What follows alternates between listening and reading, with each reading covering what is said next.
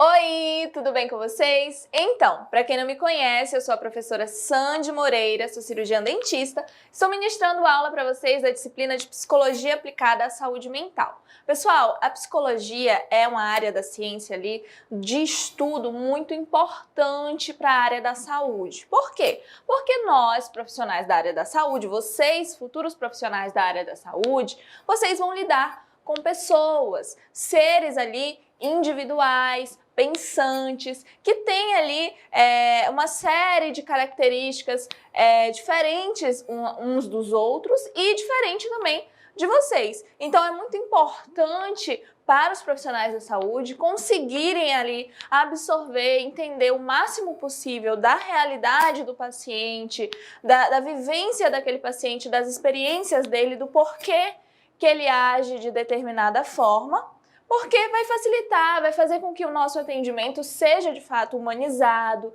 seja realizado ali de uma forma integral e que seja ali eficiente e satisfatório para o paciente. Então, o tema da nossa aula hoje, pessoal, vai falar ali sobre as principais concepções teóricas lá do século XX e a gente vai falar sobre o tópico 1, que fala da psicologia social, né?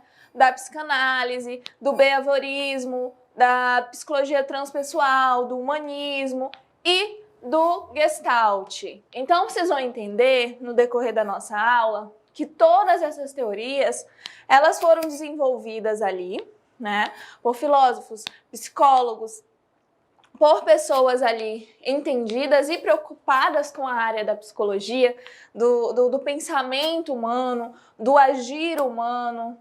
Então, eles procuraram ali formas de explicar o porquê que as pessoas agem de determinada forma, o porquê das reações diferentes para determinadas pessoas, e eles tentam ali a todo momento identificar de fato o agir das pessoas, por que elas agem de tal forma.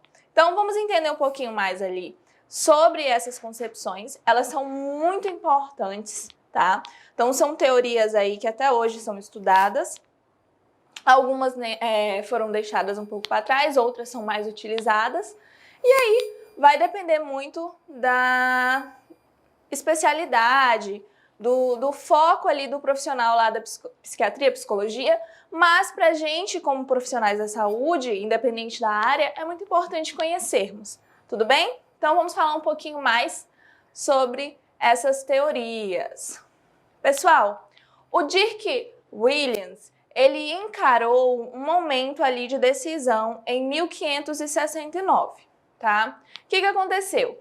Ele foi ali ameaçado de tortura e morte como um membro ali de uma minoria religiosa perseguida. Então vamos imaginar uma situação de um homem que estava ali sendo ameaçado, torturado e a princípio ali esperando sua morte, porque ele era ali de uma minoria da sociedade, de uma determinada religião. Tudo bem? Então, o que aconteceu? Ele conseguiu escapar ali da prisão. Então, ele escapou da prisão, lá em Asperen, na Holanda. Tudo bem? E aí, o que aconteceu? Ele foi e atravessou um lago coberto de gelo, tá? O lago coberto de gelo e ele foi e atravessou. Só que o que aconteceu? O carcereiro, o guarda lá da época, ele mais forte e pesado que o rapaz que fugiu, ele foi atrás e aí ele perseguindo, mas o que aconteceu? Acabou que quebrou o gelo do lago e ele caiu. E ele não conseguia subir novamente e pediu ajuda para salvar ali a sua vida, pediu por socorro. O que aconteceu? Então vamos pensar na cena. O rapaz estava sendo ameaçado, ele estava ali para morrer, ele estava preso esperando por sua pena de morte, estava sofrendo tortura por causa do seu segmento religioso lá da época, e ele conseguiu escapar. O guarda foi atrás, o carcereiro, estava se afogando no lago e o guarda estava pedindo ajuda para o rapaz que estava fugindo. Porque ele estava desesperado, ele ia morrer se ele não tivesse ajuda. E aí, com a Liberdade à sua frente, né, Williams, ele estava ali, se o guarda estava se afogando, para ele fugir seria mais fácil. Mas o Williams, com a Liberdade ali à sua frente, ele agiu com absoluto desprendimento. O que ele fez? Ele voltou e resgatou ali o seu perseguidor, que acabou obedecendo às ordens, né? E levou o Williams de volta ali para o cativeiro. Prendeu o Williams de novo, tá? O Williams salvou a vida do carcereiro, mas mesmo assim ele foi e levou ele preso. Tudo bem? E aí, pessoal, poucas semanas mais tarde, Williams ele foi condenado a ser queimado até a morte.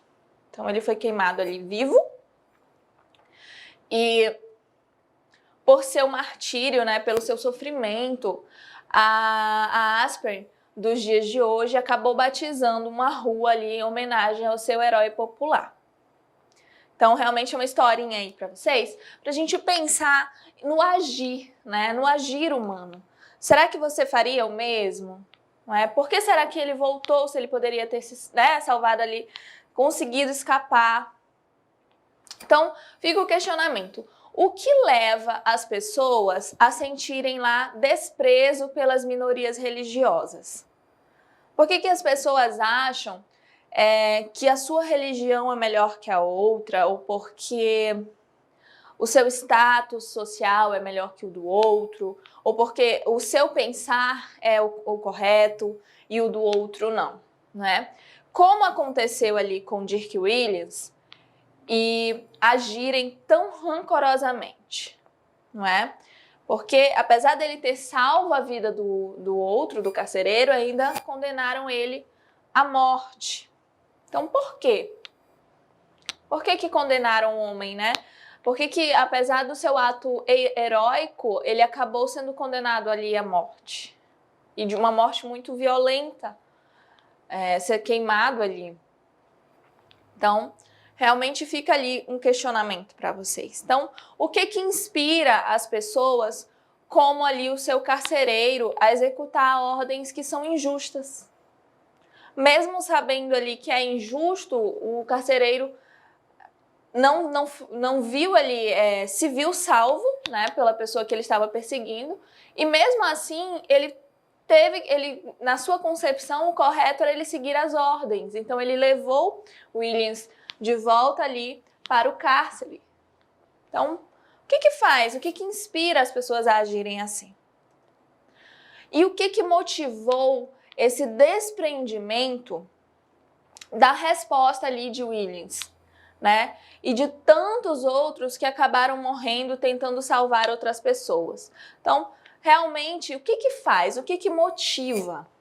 Por que alguns agem de uma forma tão racional, seguindo ordens, e outros agem de uma forma mais ali emocional, muito pelo... O que faz com que essas pessoas consigam ali agir de formas bem diferentes, com um linear bem diferente umas das outras? Na realidade, o que motiva qualquer um de nós ali quando nos oferecemos bondosa e generosamente para ajudar uma outra pessoa? Por que você ajuda alguém? Por que você se oferece para ajudar alguém? O que te motiva? O que faz com que você procure ajudar alguém? Como esses exemplos demonstram, nós somos animais sociais. A gente vive em sociedade, a gente convive com outras pessoas. E podemos supor o melhor ou o pior nas outras pessoas. Então, a gente pode pensar ali sempre o melhor ou o pior do outro. Podemos também abordá-los ali com punhos cerrados ou braços abertos. Então, a gente pode tanto atender uma pessoa bem, não é? A gente pode, vamos levar aqui para a nossa área. Então, você pode tanto atender o seu paciente da melhor forma ou da pior. Você pode tanto atender ele ali com um sorriso no rosto, de uma forma respeitosa, se preocupando com o problema do paciente, como você também pode ignorá-lo completamente. Por quê que as pessoas podem... Por que as pessoas agem assim? O que leva? Como comentou ali o romancista Herman Melville, não conseguimos viver apenas para nós mesmos. A gente vive em sociedade, então a gente não vive apenas para a gente. A gente vive para o meio em que vivemos. Nossa vida, ela está ligada ali por milhares de fios invisíveis. Então existem vários fios ligados ali à nossa vivência, às nossas experiências. Os psicólogos sociais, pessoal, tá? A psicologia social, ela explora essas ligações, estudando ali cientificamente como nós pensamos. Por que nós pensamos? Por que uma pessoa pode agir de uma forma considerada ali boa ou ruim diante da sociedade? Então, eles procuram isso, eles estudam essas ligações, não é? Tudo de uma forma científica. E aí, influenciamos como que a gente é influenciado, como que a gente se relaciona uns com os outros. Então, a psicologia social, ela se preocupa muito com isso, ela procura essa questão científica de como nós pensamos, como influenciamos, como nos relacionamos uns com os outros. Tudo bem? O pensamento social. Então, o que é ali o pensamento social? O que os psicólogos sociais eles estudam? Então, os psicólogos sociais, pessoal, eles estudam como que tendemos a explicar ali o comportamento, né? Como que nós tendemos a explicar o comportamento das outras pessoas e o nosso próprio comportamento. Não é? Como que a gente... Por que a gente procura explicar ali o comportamento dos outros? E será que nós temos explicações para o nosso comportamento? Por que a gente age dessa forma? Ou por que eu fiz isso? Quantas vezes vocês já não pensaram assim, por que eu agi dessa forma? Por que eu não fiz de outra forma, né? Eu fiz isso, não era para ter feito assim. Ou então outra pessoa veio para você e falou assim, olha, não era para você ter agido dessa forma, não foi legal a forma como você agiu. Não é? Então, os psicólogos da personalidade, tá? Eles focam na pessoa. Lá dentro da psicologia social, eles vão focar na pessoa. Eles estudam os traços pessoais e a dinâmica ali que explica o porquê que as pessoas diferentes, não é, podem agir de maneira diferente em uma mesma situação. Então, eles tentam entender os traços justamente ali da personalidade, a individualidade de cada um. Por que somos seres diferentes, nós agimos, pensamos de forma diferente. E o porquê que a gente age diferente ali, por exemplo, na mesma situação. Cada um vai agir ali de uma forma diferente. Então, como ali é enfrentada por Williams, né, que foi uma situação bem complicada, você teria ali ajudado o carcereiro a sair da água congelante? Talvez ali no decorrer, né, do momento que eu estava contando a história, vocês estejam até pensaram, nossa, por que ele foi burro assim? Por que ele não fugiu? Eu não teria voltado para salvar. E aí? Como vocês teriam agido? Vocês acham que teriam voltado para salvar o carcereiro, se fosse Williams? Ou vocês teriam fugido e tentado salvar suas vidas? Então, a psicologia social, ela vem muito para isso, para entender por que as pessoas agem de forma diferente dentro das situações. Os psicólogos sociais, eles focam na situação. Tá? A gente falou agora dos psicólogos da personalidade, né? E nós temos aí dentro da psicologia social também os psicólogos sociais, que focam na situação, naquela vivência, na experiência. Eles estudam as influências sociais, o que a sociedade influencia dentro ali da personalidade de cada um. Então, eles estudam as influências sociais que explicam por que a mesma pessoa, não é, vai agir de maneira diferente em situações diferentes. Tá? Por exemplo, o carcereiro, ele poderia ali ter agido de maneira diferente, optando por não levar o Williams de volta para a cadeia. Concordam? Poderia ter agido de forma diferente, em circunstâncias diferentes. Não é? Então, Williams, ele teve uma situação diferente. Ele estava fugindo com uma pessoa perseguindo ele e a pessoa precisou de ajuda e ele tinha a opção de ajudar ou não. Ele decidiu ajudar. O carcereiro estava vivendo uma experiência diferente. Ele estava perseguindo uma pessoa que até então, para ele, merecia morrer, deveria estar preso. E essa pessoa ajudou ele. Mas, para ele, não mudou o fato de que aquela pessoa era um fugitivo, um prisioneiro. E a psicologia social, ela vai estudar justamente isso. Por que as pessoas agem, né, dentro de determinadas situações, indo pela lógica por regras sociais e tirando a emoção, porque a gente está pensando muito no fato, acredito que vocês tenham pensado nisso, no fato do carcereiro ter sido salvo e mesmo assim levou o Williams. Mas dentro das regras sociais da sociedade, ele fez o quê? O carcereiro ele fez errado ou certo em levar o prisioneiro de volta? Dentro da regra ali da sociedade. Fez certo. Dentro do que eles acreditavam correto. O erro ali de atribuição fundamental no nosso comportamento social, ele surge da nossa cognição social, tá? Especialmente quando ocorre ali o inesperado. Então, geralmente a gente age de uma forma diferente, né, do que é esperado quando ocorre algo que é inesperado, que a gente não acha que vai acontecer com a gente, né? E aí queremos compreender e explicar por que as pessoas agem como agem. Por que elas fazem o que fazem dentro ali do inesperado. Dentro dessas situações. E aí, pessoal, o que acontece?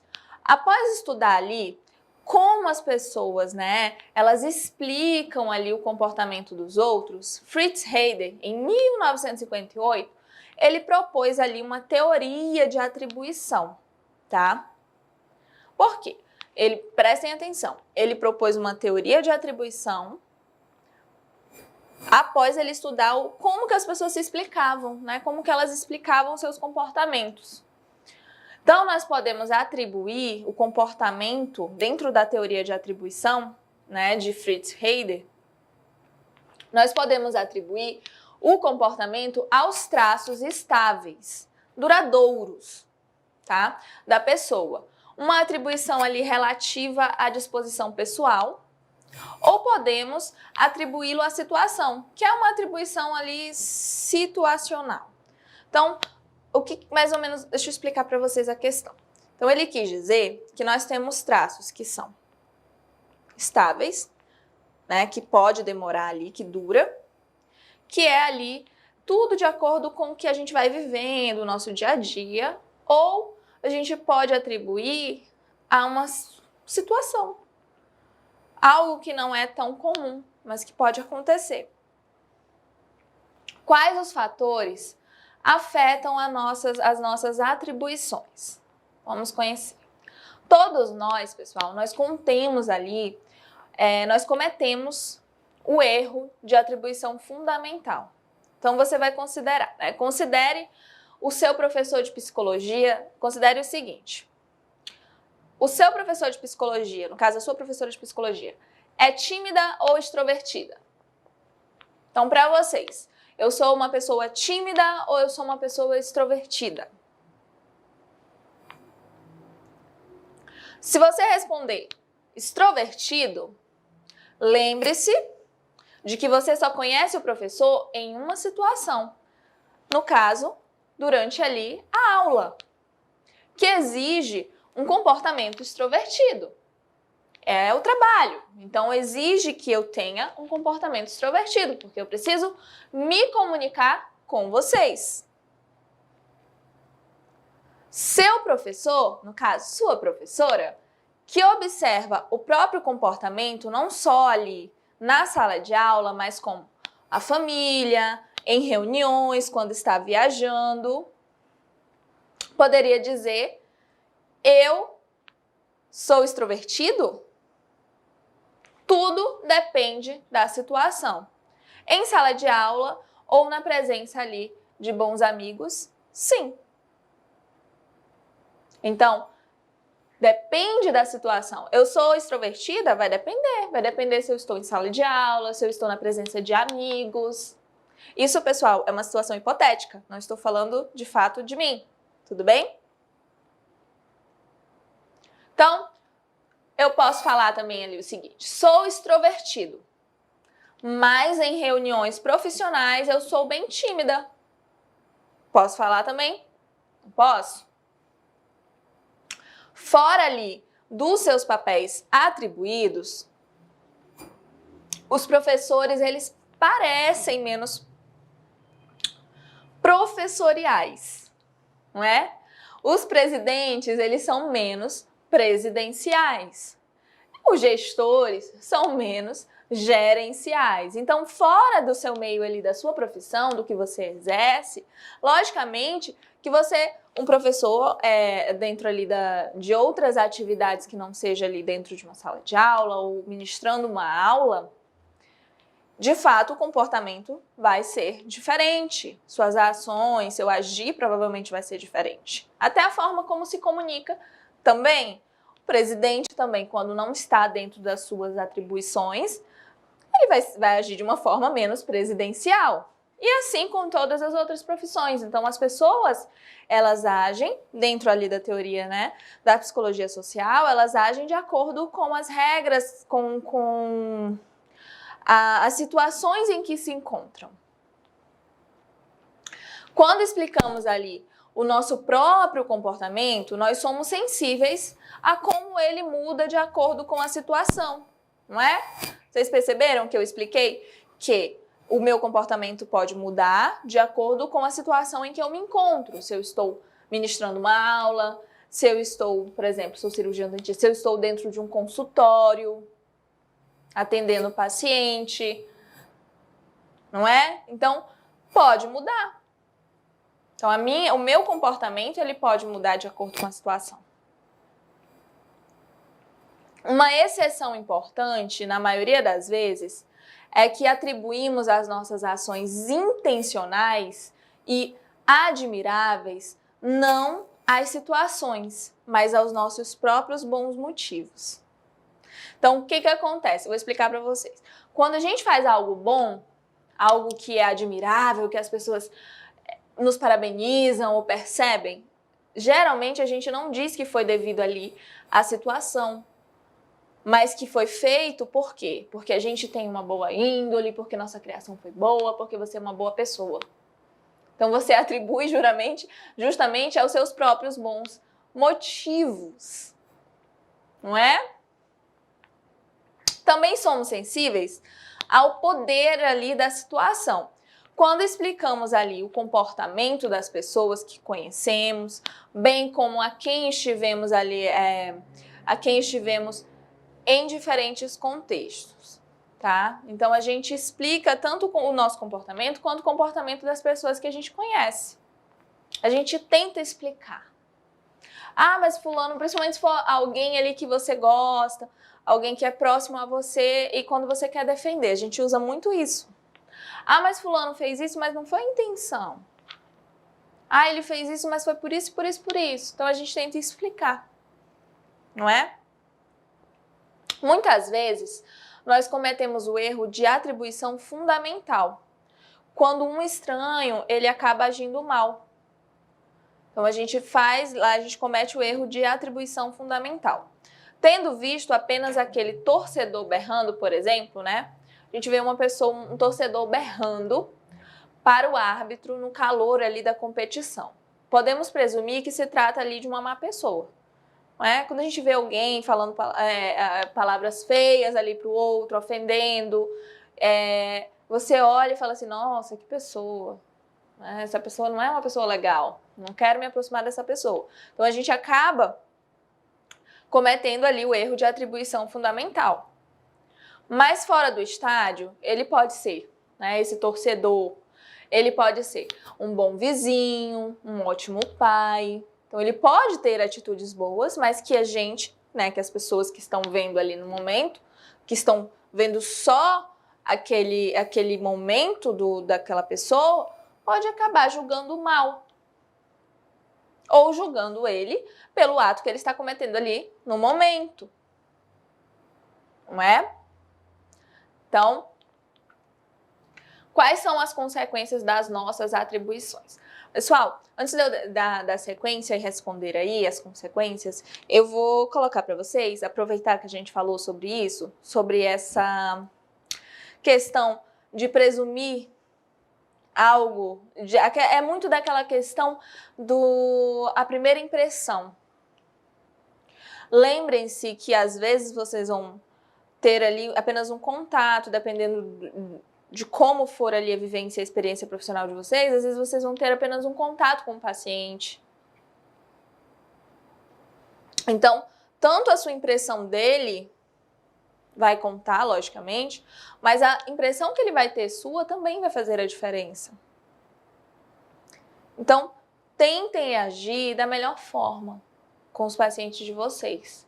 Lembrem-se, é uma pessoa que provavelmente ali não está bem, nem fisicamente, nem emocionalmente, que está nervoso, que está com dor, que está preocupado.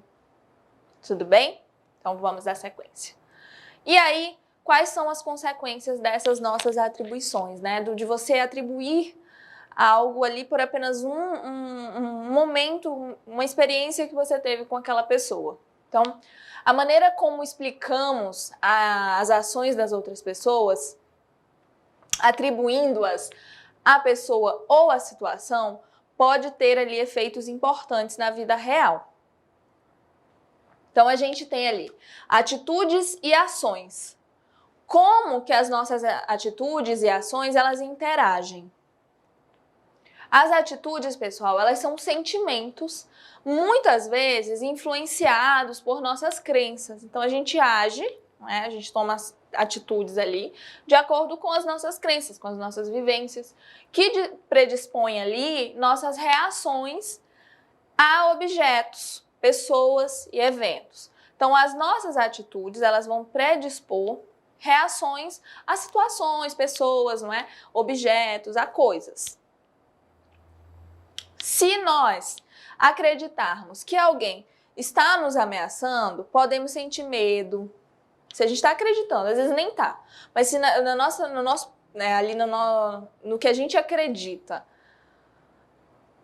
alguém está ali nos ameaçando, a gente vai sentir medo, vai sentir raiva da pessoa e vai agir de uma forma defensiva. O tráfego entre nossas atitudes e nossas ações é de duas vias, tá? Nossas atitudes, elas afetam as nossas ações. E nossas ações, elas afetam, de fato, ali as nossas atitudes. Então, agora nós vamos falar um pouquinho. Acredito que vocês tenham entendido essa questão da psicologia social, que percebe que vai muito por essa linha da percepção da influência ali social sobre o ser humano, sobre o agir humano. Como que as pessoas reagem a determinadas regras da sociedade, como as pessoas vivem em sociedade, o que a gente pensa das nossas ações, o que a gente pensa sobre as ações alheias. Então, vamos conhecer um pouquinho mais agora, pessoal, da psicanálise, entender aí a psicanálise, que acredito que a maioria de vocês já ouviram falar, que é uma teoria ali formulada pelo médico austríaco, né, o Sigmund Freud, tá? Eu acredito que todos já ouviram falar do Freud. E ela foi criada, ele estudou ali e foi para essa base ali da psicanálise em 1856, lá de 1856 até 1939, que tem ali como base duas contribuições primordiais. Então, primeiro, teve ali a descoberta da inconsistência e segundo, a formulação ali da teoria sexual infantil. A psicanálise, pessoal, ela se desenvolveu contemporânea às outras escolas da psicologia. Então, ela é bem contemporânea, tá?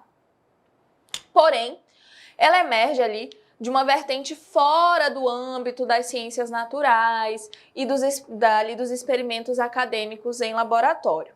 Então, vou explicar um pouquinho para vocês de como funcionou ali a psicanálise. Então, Freud, ele viu ali, lá por esse período, de 1856 a 1939, ele percebeu ali, ele tinha pacientes histéricas, e ele percebeu que os pacientes, eles poderiam apresentar essas características devido às suas experiências passadas, que talvez eles não se recordassem, mas que de alguma forma marcou ali na sua experiência de vida e que desencadeava reações.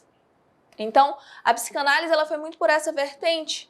Então, pensa-se até nessa questão de experiências lá quando ainda era um embrião e no que se foi vivenciado ali durante a infância, de algumas experiências, de traumas, o que pode ter, o que tem ali guardado, durante a experiência de vida que desencadeou ali em algum problema psicológico para o paciente. Então, a psicanálise ela vai muito para isso, para o que foi vivido, o que aconteceu para que a pessoa tivesse ali aquela resposta. Lá no passado, a pessoa muitas vezes não lembra. Então, a psicanálise, ela se desenvolveu ali justamente, como eu falei, contemporânea, porém, ela emerge ali de uma vertente fora do âmbito das ciências, das ciências naturais e dos experimentos ali acadêmicos. Sua principal influência tem origem na psicopatologia, tá?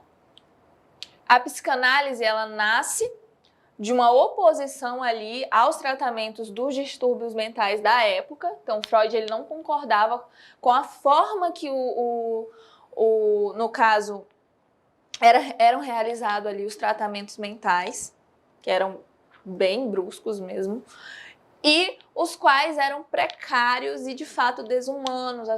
Os doentes mentais, as pessoas que sofriam com transtornos mentais, eram muito desrespeitadas, não tinham ali credibilidade nenhuma, eram largados, abandonados e sofriam ali das experiências que eram realizadas, das formas de tratamento que existiam, e Freud ele não concordou, ele não concordava com as formas de tratamento. Então, a aplicação da psicanálise ao tratamento, por exemplo, das neuroses, divergia ali do objetivo da psicologia. Então, o de descobrir leis do comportamento humano, que são ali uns dos objetivos, uma vez que seu objeto de estudo se detinha ao comportamento anormal, tá? De acordo ali com a teoria de Freud, nada ocorre ao acaso. Nada ocorre assim, aconteceu porque tinha que acontecer, é um acaso. Existe um determinismo psíquico. Pessoal, para ele existia conexões, existe conexões entre todos os eventos mentais e as conexões entre eles estão ali no inconsciente. Eu não falei para vocês que dentro dessa teoria ali da psicanálise, acredita-se que tudo que acontece, todos os comportamentos das pessoas se devem ali a alguma experiência, algum trauma, alguma coisa que foi vivido, mas que talvez a pessoa muitas vezes não se lembra, não se recorda. E aí Freud vem com o inconsciente. Então, são coisas que estão lá no inconsciente. Então, ele acredita que esses eventos tenham conexões, não é? Justamente, e eles estão no inconsciente. Existem processos mentais que são conscientes e inconscientes. E a maior parte deles é absolutamente inconsciente, tá? Isso dentro da teoria da psicanálise. O que são os tais do id, ego e superego? Então vamos entender um pouquinho. O Freud, pessoal, ele identificou cada uma ali das formas de funcionamento da estrutura psíquica, com nomes que nos parecem estranhos, né? Pois tem ali sua origem na língua alemã. Então, estas três instâncias da nossa mente vivem, assim como o nosso corpo, tá? Em busca ali de um nível, né, de equilíbrio, que nos permite ter ali o máximo possível de experiências boas e o mínimo de experiências ruins. Então, mas nem sempre isso é fácil.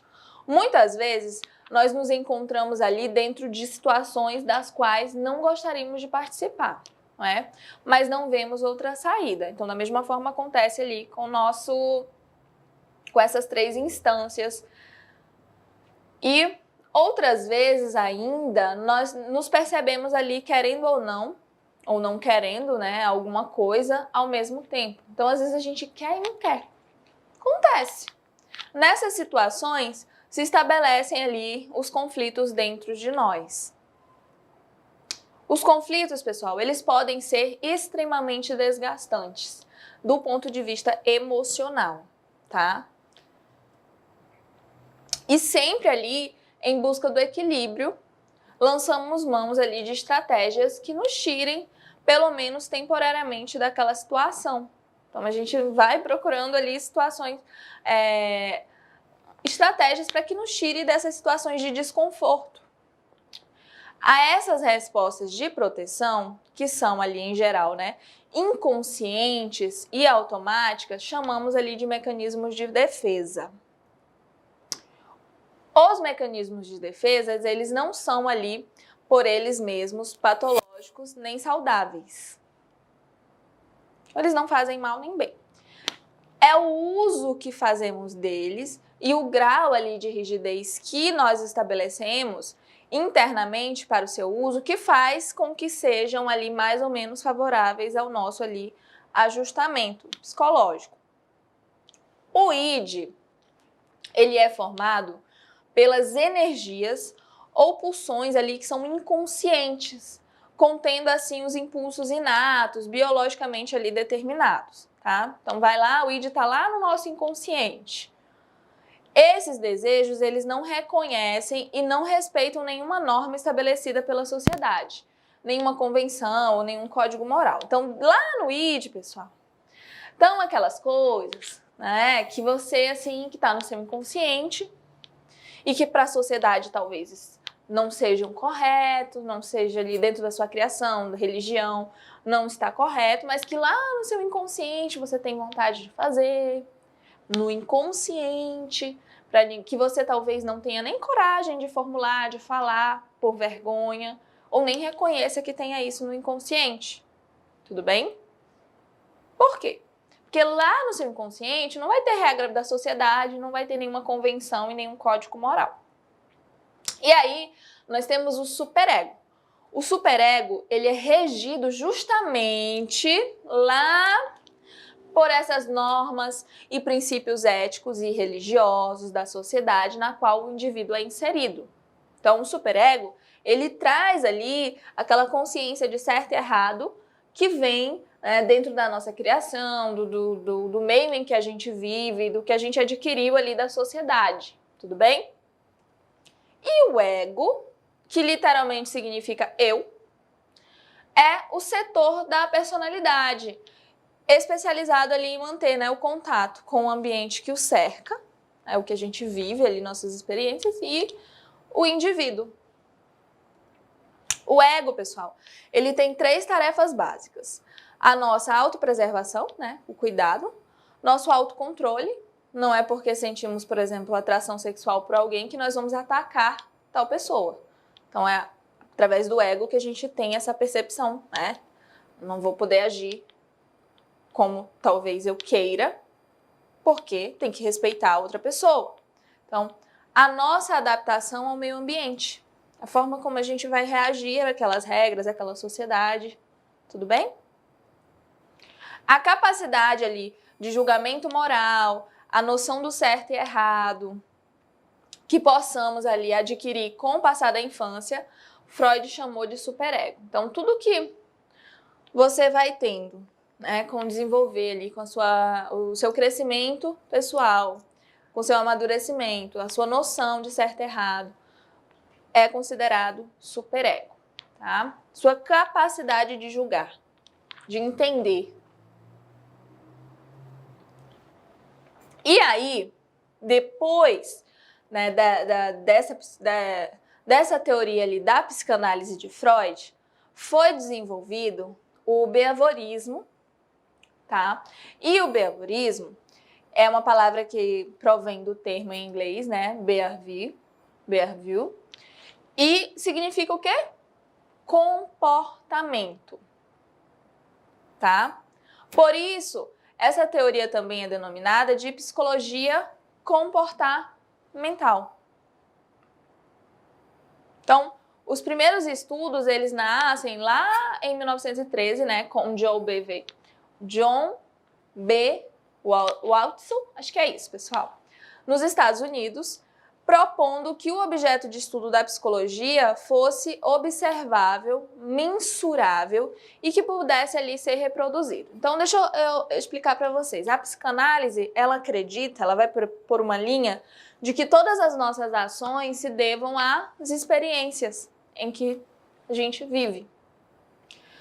O behaviorismo, ele veio com outra linha de raciocínio, outra via de estudo.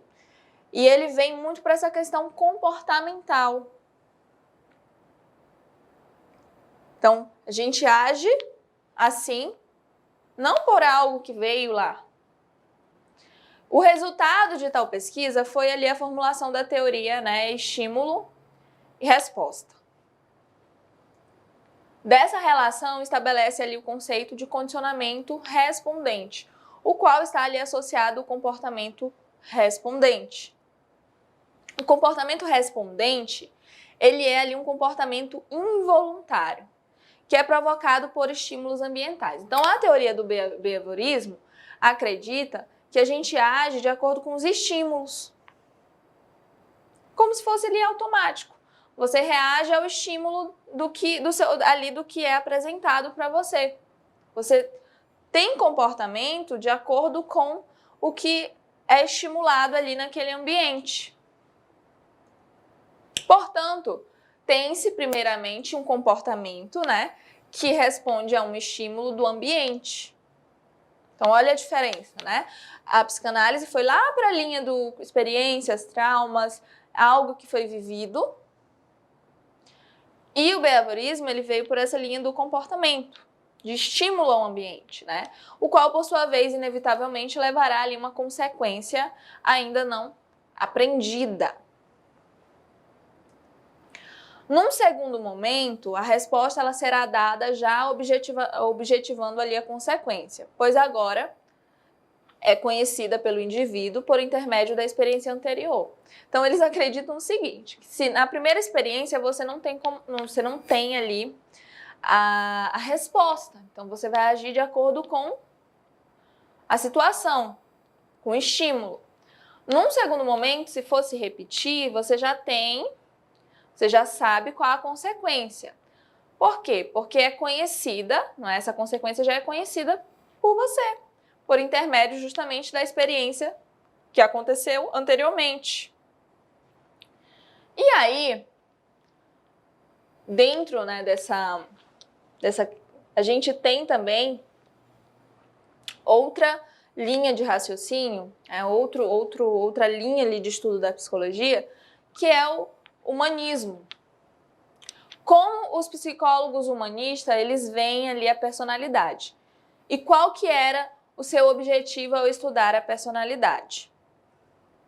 Na década lá de 1960, alguns psicólogos da personalidade, eles mostraram-se insatisfeitos com a negatividade ali da teoria de Freud, né? E a psicologia mecanicista também ali do behaviorismo. Por quê? O que eles perceberam? Eles foram por uma linha de que a teoria de Freud era muito mecanicista. Aliás, era muito... como é que eu posso explicar? Tinha muito a questão do aconteceu algo para a pessoa reagir lá no passado, no inconsciente. O behaviorismo, ele já veio por uma linha muito mecanicista. Aqui aconteceu o estímulo, a pessoa reagiu. E aí, os psicólogos da personalidade, eles não estavam satisfeitos com essas teorias.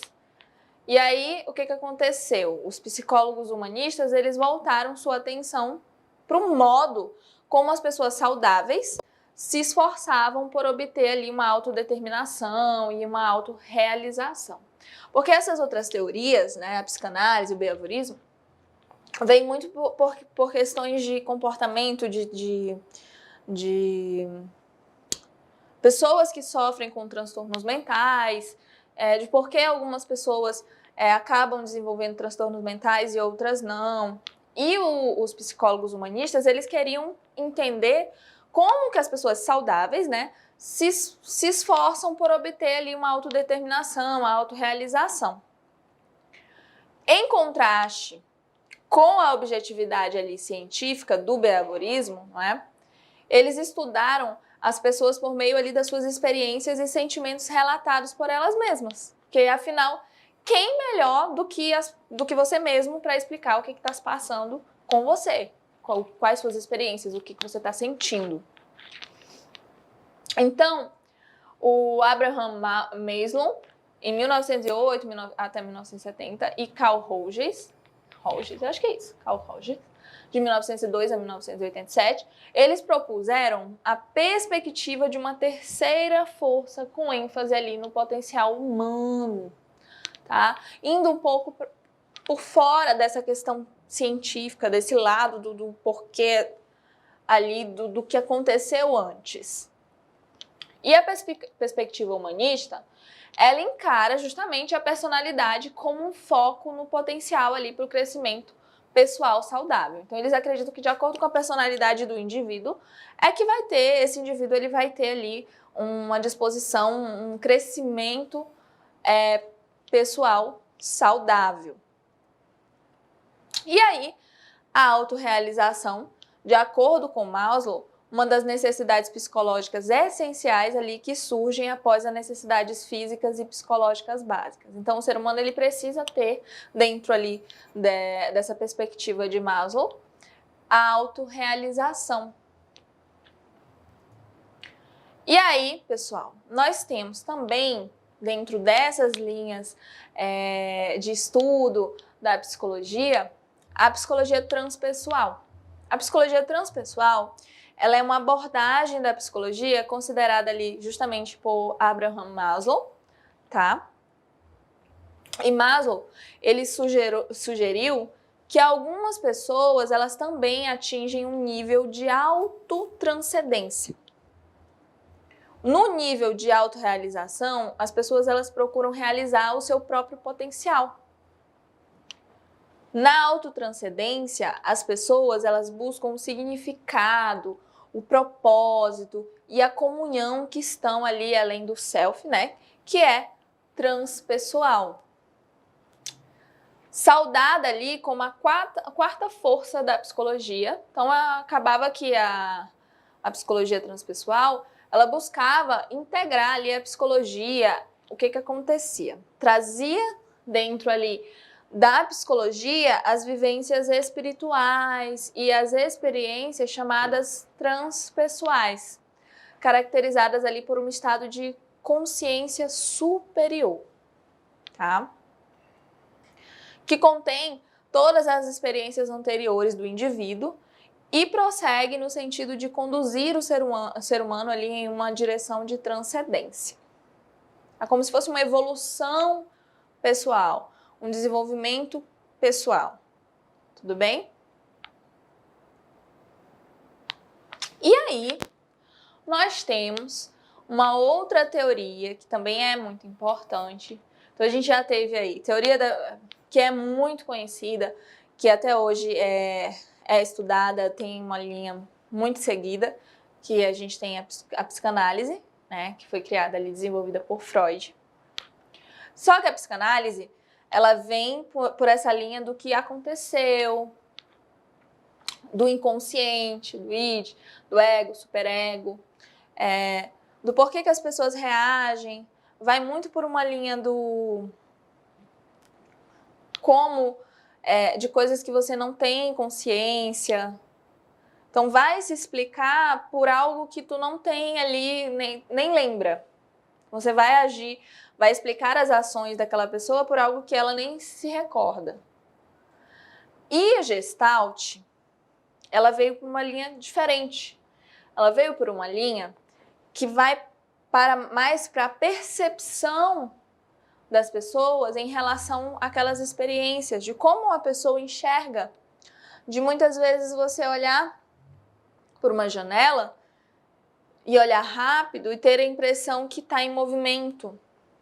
Então, Gestalt, o Gestalt ou Gestalt, né? A Gestalt é uma palavra que provém do alemão e tem ali um sentido aproximado à ideia de forma. A Gestalt, pessoal, ela nasceu de uma iniciativa de pesquisadores alemães, né, que se preocupavam com os fenômenos da percepção. Eu não falei para vocês? De você olhar para uma janela e ter a percepção de que tá em movimento, de você olhar rápido.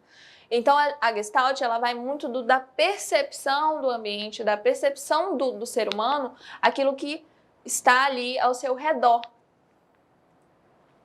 E interessava compreender justamente os processos psicológicos que são ali envolvidos na ilusão de ótica, de muitas vezes você olhar uma imagem, né, e a mesma imagem ali você conseguir enxergar de 2, 3 formas, dentro daquela imagem conseguir achar várias imagens. Então, eles tinham muito essa intenção de compreender esses processos que envolvem essa ilusão de ótica, ou seja, quando um estímulo físico ele é percebido de uma forma diferente, né, da qual se representa na realidade, não é? Então tem várias situações de questão de ilusão de ótica, de imagens, tem arte com isso, né, quadros que trazem essa ilusão de ótica, essa percepção diferente da imagem, do objeto.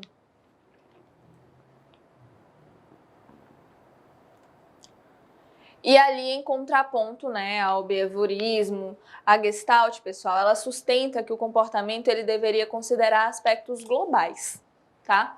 Tendo ali em vista as condições que possam alterar a percepção. Porque o behaviorismo, ele vem muito pro que o comportamento, né? A sua reação de imediato ao que foi ali aos estímulos. E aí a Gestalt ela vem mais com relação à sua percepção, né, do que está à volta. E os psicólogos da Gestalt, eles afirmam que quando os elementos sensoriais eles são combinados, eles formam-se um novo padrão ou configuração. Eu vou dar um exemplo para vocês, por exemplo, do tratamento psicológico ali, Gestalt. Quando você pensa na linha da psicanálise, eu falei para vocês não vão esquecer, que vai muito por uma linha de traumas, do que aconteceu.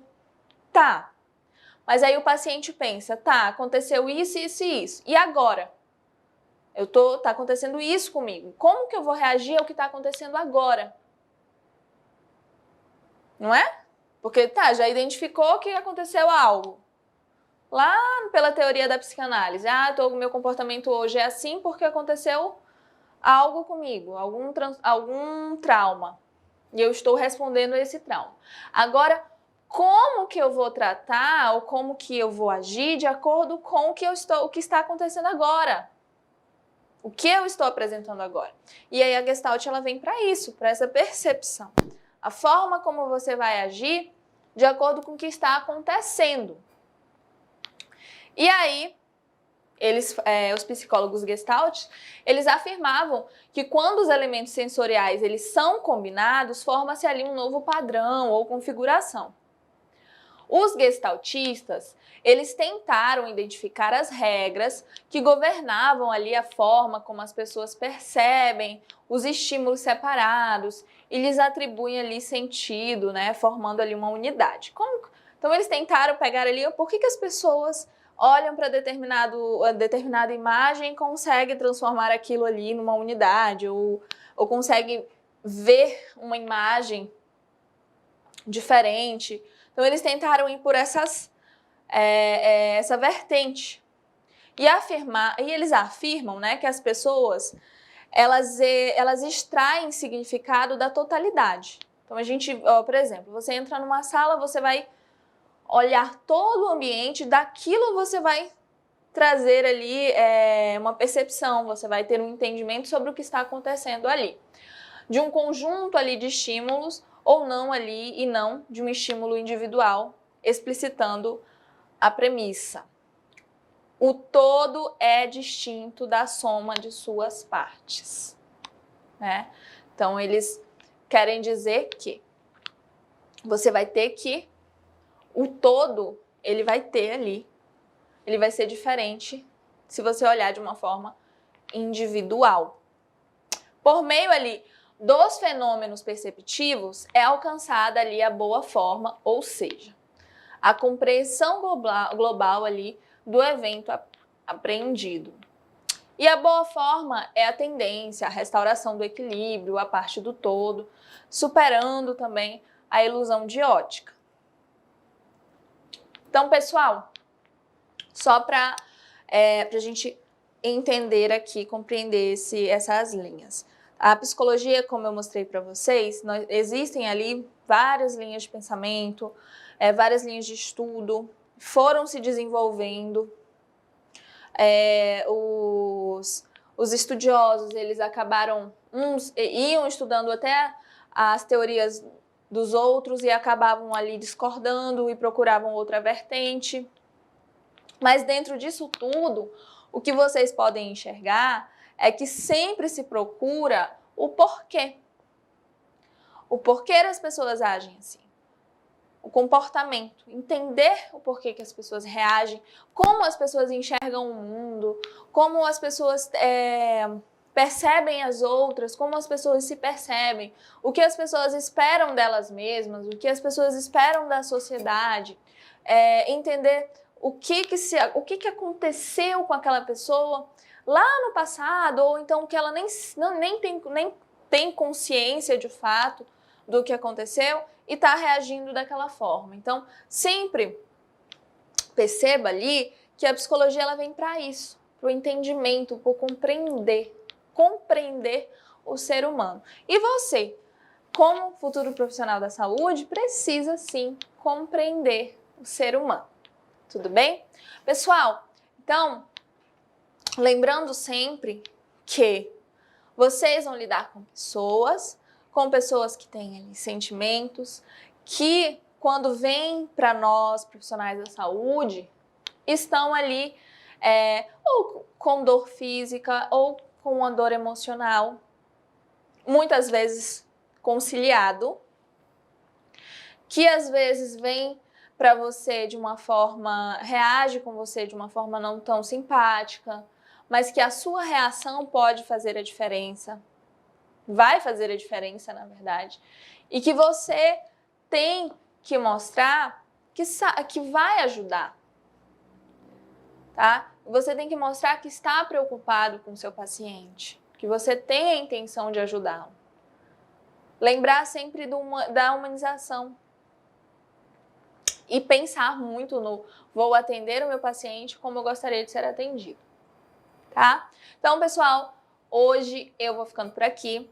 Eu espero que vocês tenham aí compreendido todo o conteúdo que foi passado e entendido a importância da psicologia para a área da saúde. Um beijão para vocês e tchau, tchau!